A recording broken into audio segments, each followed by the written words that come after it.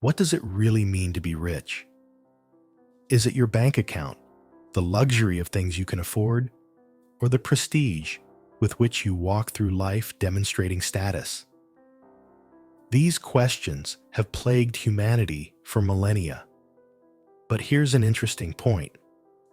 The philosophical tradition that truly offers a profound and practical answer to these questions is Stoicism.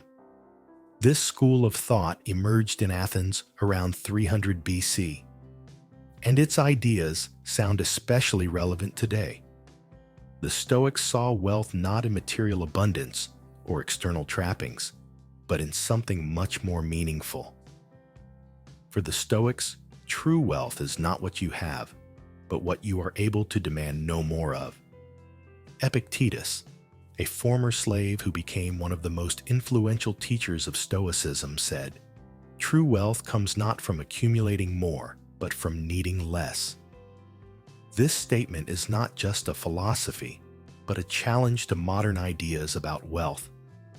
It forces us to look deeper, to reflect on what truly enriches life. Seneca, another eminent Stoic, continued this thought when he remarked, "It is not the man who is poor who has little, but the man who wants more." In his words lies the key to unraveling the modern phenomenon of constant dissatisfaction. We live in a world where we always want something more, better, new. We strive for the next great thing before we have time to savor what we have here and now. But the Stoics didn't just criticize this striving, they offered a constructive alternative, a life of virtue. Seneca spoke of the importance of self-discipline and working on oneself when he spoke of inner wealth. We often perceive the good life as the result of external factors, work, status, achievement. However, the Stoics teach us to rethink this approach. The real life of virtue begins within us, and it is there that we should look for fulfillment, not in the circumstances around us. But here's the important thing. The Stoics believe that wealth is not something that can be measured in money. True wealth lies in the ability to find fulfillment right in the present moment. In fact, wealth is internal, not external. Ultimately, Stoicism teaches us not to chase after things, but to live in harmony with ourselves, to accept our wants and needs as they are, and to strive for harmony within ourselves. In the next section, we will look at 5 Stoic approaches to wealth that may be the key to a more realized and satisfied life. The first Stoic view of wealth is the Stoics' observations and life experiences help them gain a deeper understanding of the paradoxical nature of material wealth. Their insights challenge conventional notions of what it means to be rich, forcing us to consider what really brings happiness. It brings to mind the words of one of the most influential Stoics, Seneca, who wrote in one of his letters that money does not make a person rich. He was saying that such people possess wealth in the same way that we say we have a fever, though in fact the fever possesses us. This metaphor powerfully illustrates how often wealth possesses people rather than the other way around. Seneca also observed that many wealthy people in Rome were surprisingly poor in spirit. Despite their material wealth, they were completely obsessed with money. Wealth controlled their time and thoughts, surrounding them with insincere sycophants who only confirmed their vanity. Thus, for these people, wealth became a burden. Seneca emphasizes an important point. No matter how much a person accumulates, he remains spiritually poor if he continues to crave more. Greed does not bring satisfaction, but only depresses the soul. Epictetus, another great Stoic who went from slave to respected teacher in his life, also had a unique perspective on the true nature of wealth and freedom. He once told his students a story about a man who was offered a lucrative position with great money and fame by Emperor Augustus. The man came to Epictetus boasting that he would gain wealth and public recognition. But Epictetus, as usual, was not impressed. He began to ask the man questions that got him thinking about what was really important in life. "Are you going to take this on?" Epictetus asked. When the man replied that he would make a lot of money, Epictetus calmly replied, "Yes, for little." The man, not understanding, objected that many people would know and respect him. Epictetus, smiling, asked, "Are you going to be around every time someone says your name?" When the man replied that his name would outlive him, Epictetus grinned. "Just like the stone in the cemetery, your name will wear a golden crown." Then he added, "At your funeral, you will be given a crown of roses, and you will look even more elegant." This conversation showed the transience and emptiness of the external trappings of wealth and success. Epictetus, through an ironic metaphor, warns against seeking happiness in something external and reminds us that true freedom and fulfillment come from within.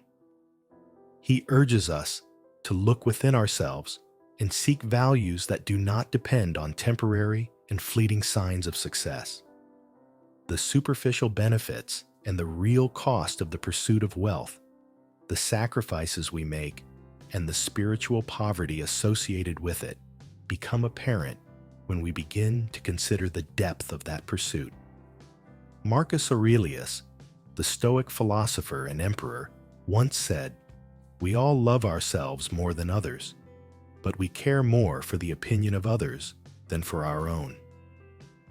This phrase perfectly captures how our perception of wealth is often determined not by personal values, but by societal expectations and the judgments of others. The Stoics recognize that true wealth is not something we can see or measure.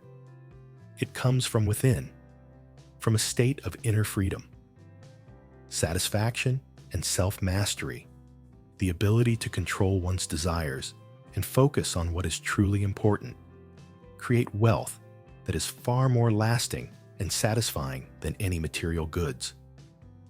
These ancient insights make us wonder if our wealth really depends on the size of our bank account or the many things we have accumulated, or maybe there is something deeper that makes us truly wealthy. A lasting form of wealth is the ability to master ourselves and focus our energies on what really matters. Stoicism offers a path to freedom, freedom from the endless cycle of desire and dissatisfaction, freedom from external judgment and pressure from others. By adopting this perspective, we discover a form of wealth that is independent of changes in the financial markets and cannot be stolen.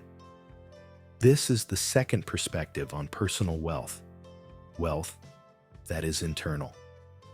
The Stoics recognize that true wealth is a subjective concept that goes beyond mere financial abundance. Think about what a rich life means to you. Is it the ability to travel, spend time with loved ones, do things that are important to you, or just live a life of peace without financial worries? The answers to this question vary from person to person. For some, wealth is about money.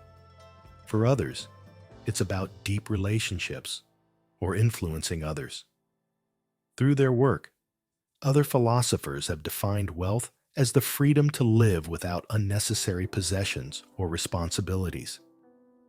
It has been said that the richest person is not the one who has a lot, but the one who needs little. This thought invites us to change our focus from constant accumulation to being satisfied with what we already have. This doesn't mean giving up ambition or desires to improve. On the contrary, it encourages us to be more attentive to our desires, to distinguish what is truly important from what is a temporary whim. For a satisfying life, it is important not to give in to what society imposes on us as the norm or ideal. One great Stoic advised, "Make yourself rich not by indulging every whim, but by eliminating them." Indeed, there is a huge difference between a person who constantly needs entertainment, luxury, and external approval to feel happy, and a person who can find joy in simple pleasures, meaningful work, and in his own company. Which of them is actually richer? This Stoicism approach to personal wealth emphasizes the value of intangible wealth. Intangible wealth, such as wisdom, virtue, meaningful relationships, and peace of mind, are forms of wealth that cannot be measured in money, but are invaluable to a fulfilling life. Epictetus reminded his students, "He who is not sad about what he does not have, but rejoices in what he does have, realizes that enough is enough." This thought remains central no matter how much you have. People who understand what it means to live in harmony with themselves know that the pursuit of wealth, if not limited by reasonable boundaries, can easily turn into an endless and unsatisfying desire that will never bring happiness. No matter how much we accumulate, there will always be something else we want to obtain, achieve, or acquire. But how do we realize that we already have enough? The Stoics argued that this is a very personal question, requiring honest self-reflection and a clear understanding of oneself. For some, enough may mean having the resources to live a comfortable life and being able to pursue favorite hobbies. For others, it may be the ability to provide for a family or help the community. Epictetus offers the wisdom, "He who does not grieve for what he does not have, but rejoices in what he does have, realizes that he is enough." He who does not grieve for what he does not have, but rejoices in what he does have, is a philosophy based on the liberation of constantly striving for more. By focusing on giving ourselves satisfaction, on practicing moderation, we free ourselves from the tyranny of endless desire. We make space for what really matters, for meaningful relationships, for personal growth, for contribution to others, and above all, for inner peace. When we realize that we've had enough, we begin to make more conscious choices about how we use our resources. So how do we incorporate this wisdom into our daily practice? Let's start with step 1. Regularly reflect on what you really need. It's important to be able to distinguish real needs from fleeting desires. This will require us to recognize what is worth appreciating in life. Practicing gratitude is one such tool. Take time each day to appreciate what you already have. This will help shift your focus from scarcity to the abundance of what surrounds you. First, try living on a minimal budget by eating simple foods and avoiding unnecessary expenses. Not only will this help you get a sense of how little you need to meet basic needs, but it will also make you realize how much we spend on things that aren't vital. Second, before you buy something or chase a new goal, ask yourself an important question. Is this really going to enrich my life, or am I just chasing something more? Sometimes it's helpful to stop and ask yourself this question before satisfying an instant need to see if it's the result of exposure to external pressures or a real need. Third, experiment with simplicity. Try spending a few days restricting yourself from excesses and see how it affects your satisfaction. Less stuff, less attachments. Maybe it will open up space for new meanings and joys. Fourth, define success by your own criteria, based on your values, not societal expectations. True success is not defined by the number of things we have or the recognition of others, but by how we live our lives in accordance with what is truly important to us. In today's world, poverty is often associated with deprivation and inconvenience. But the Stoics understood that consciously accepting discomfort and scarcity, if only temporarily, can lead to profound insight and personal growth. Try setting aside a few days when you will settle for the simplest and most humble of foods, wearing rough and simple clothes, saying to yourself, "This is the state I have been dreading." This exercise is not about glorifying poverty, but about experiencing for ourselves how our perception of life can change when we give up our usual comforts. It helps cultivate resilience, gratitude, and a release from the fear of loss. As Seneca wisely observed, wealth is the slave of the wise man and the master of the fool. This thought profoundly reflects a Stoic approach to material goods. The wise man uses wealth as a tool to accomplish goals, but does not allow it to control his life or define his identity. Whereas the fool becomes a slave to his possessions, constantly afraid of losing them, and living in tension because he cannot control his desire for more. Wealth, for the wise person, is not an end, but a means to higher life goals. Through the voluntary experience of poverty, even if it is only for a few days, we can realize that we are capable of surviving and even thriving with much less than we normally think we need.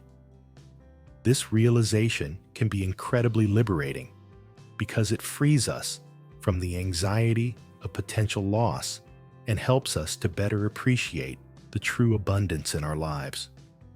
Epictetus, who experienced absolute poverty and slavery as a young man, was keenly aware of how important this experience was. He said that we become powerful when we embrace discomfort and scarcity. By overcoming difficulties, we develop self-control and resilience and prove to ourselves that we can handle any challenge, which increases our confidence and sense of personal power. So how can we practice a Stoic week of poverty? First, try living on a minimal budget, eating simple foods, and avoiding unnecessary expenses. Not only will this help you get a sense of how little you need to meet basic needs, but it will also make you realize how much we spend on things that aren't vital. Second, experiment with a capsule closet. Limit yourself to a few basic items of clothing for a month and see how it affects your life. Without excessive choices, without the pressure of needing new things, it can free up your time and attention. Third, you can try practicing digital poverty, reducing your use of technology and entertainment for a set period of time. This can be especially helpful in our high-tech world, where digital addiction often replaces live communication and self-discovery. Fourth exercise, spend a weekend camping or outdoors, taking only the essentials with you. This will give you the opportunity to relive the experience of living with minimal amenities, reminding you how much joy and peace of mind can be found in simplicity. Also, try volunteering at a shelter or food bank. Not only will it broaden your perspective on the world, but it will help you develop empathy and gratitude for what you have. Remember, it's not about giving up what you need or what's convenient. It's about seeing a different perspective, developing resilience, and letting go of the fear and anxiety that often go along with material wealth. When we begin to practice this system of limitation, we realize that we need much less for happiness and contentment than we ever thought possible.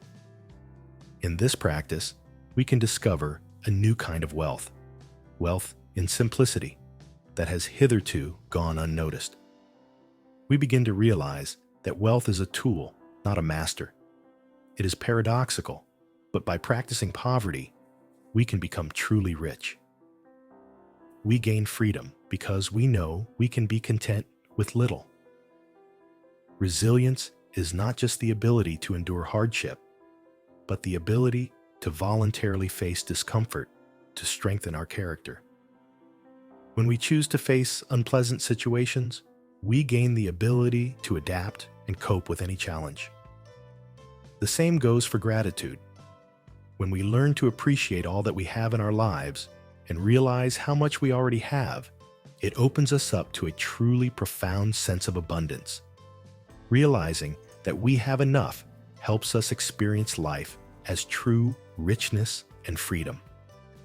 We become free from the constant desires and cravings that only create the illusion that we lack something. The next important aspect is the cultivation of inner wealth. The Stoics understood that true wealth is not related to external goods, but lies in the development of our character, wisdom, and virtues. Seneca expressed this idea vividly when he said, "Anyone who does not consider what he has as sufficient is in fact miserable, even if he has the whole world." This statement emphasizes that contentment and gratitude are the real indicators of wealth, not material abundance. Even someone who owns everything can feel poor if they don't know how to appreciate what they have. While material goods can be useful, they don't always bring long-term satisfaction. Seneca warned us, "Take away all these deceptive goods. They seem better to those who hope for them than to those who have attained them." This profound insight reminds us that the pursuit of material wealth often promises more fulfillment than it actually delivers. The lust for wealth can be more appealing than the very reality of possessing it. We often feel that happiness comes with something external, but the Stoics argue that real wealth lies in developing inner peace. Rather than focusing on external wealth, the Stoics suggest developing inner wealth through self-improvement.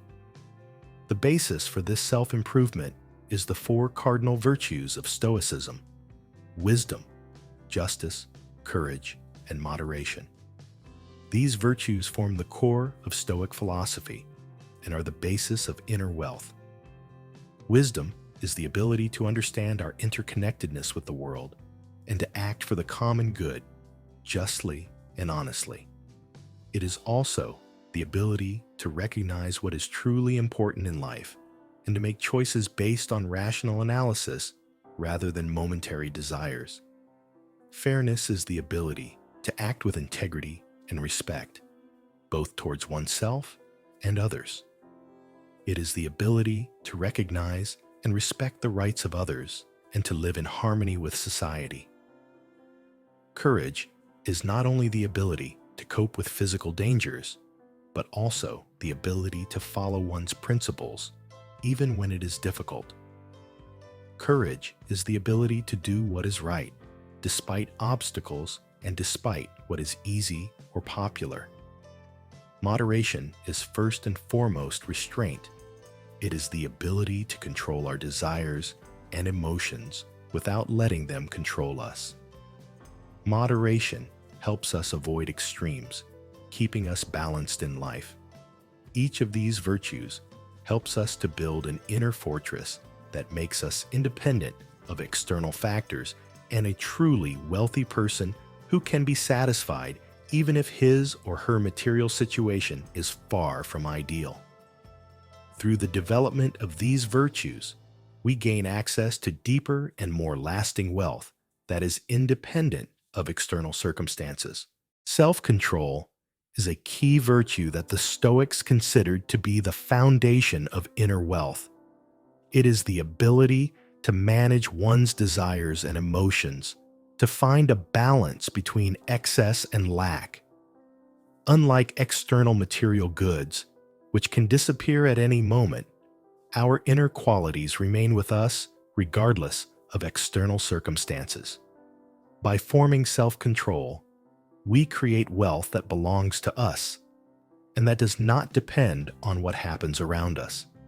Nevertheless, the Stoics recognize that external goods can be very tempting. They warned that attachment to things that are beyond our control can be a source of fear, anxiety, and unhappiness. These things could be the applause of the crowd, high positions, wealth, or sensual pleasures. All of these things may offer us temporary satisfaction, but they will never give us a real, deep sense of fulfillment and happiness. This caution reminds us that if we are not careful, external goods can take control of our lives. They can distract us from what really matters: our ability to develop wisdom, virtue, inner peace, and fulfillment. The Stoics argued that attachment to material and external success can destroy our inner wealth, causing us to become dependent on what we have no control over. In contrast, when we begin to develop inner wealth, we are freed from the endless pursuit of external validation and material accumulation. We discover a form of wealth that fulfills our needs in a lasting way. Stoicism teaches that real wealth comes not from what we have, but from how we manage ourselves. Our reactions and opinions, not from external conditions or possessions. Thank you for watching, and thank you for subscribing and liking our channel.